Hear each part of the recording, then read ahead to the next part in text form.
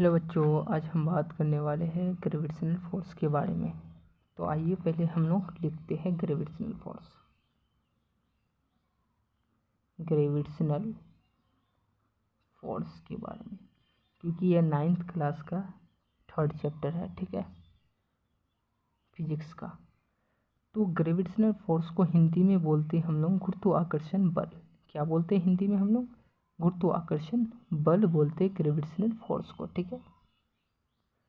Gravitational force को हम लोग गुरुत्वाकर्षण बल बोलते हैं।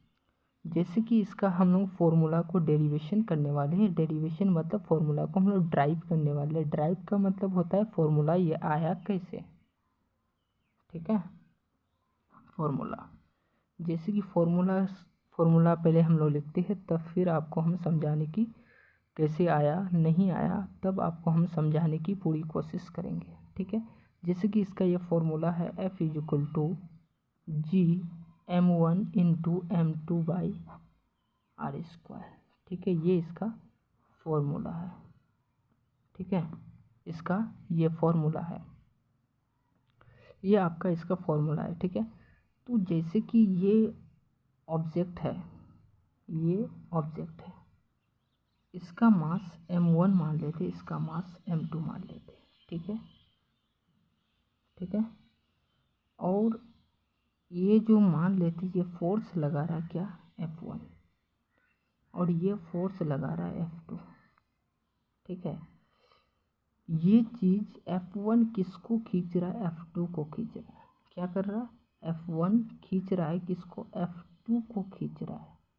F1 जो खींच रहा है किसको, F2 को खींच रहा है। F2 किसको खींच रहा है, F1 को खींच रहा है। जैसे कि ये पेन है, ये पेन को हम खींच रहे हैं और वो पेन हमको खींच रहा है।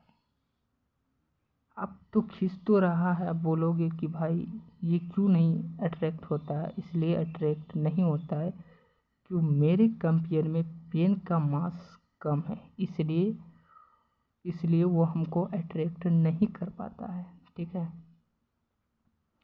जैसे कि इस पेन को अगर हम लोग छोड़ते हैं तो ये पेन नीचे आ जाता है, ये पेन नीचे आ जाता है। नीचे क्यों आता है, इसलिए आ जाता है क्योंकि इसको अर्थ क्या कर रहा है, अपनी ओर अट्रैक्ट कर रहा है, अपनी ओर खींच रहा है, इसलिए ये नीचे आ जाता है, ठीक है। तो यहाँ हम लोग सेंटर से लेते हैं इसका सेंटर, इसका सेंटर, सेंटर से हम लोग लेते हैं, ठीक है। सेंटर से हम लोग कोई भी चीज़ को लेते हैं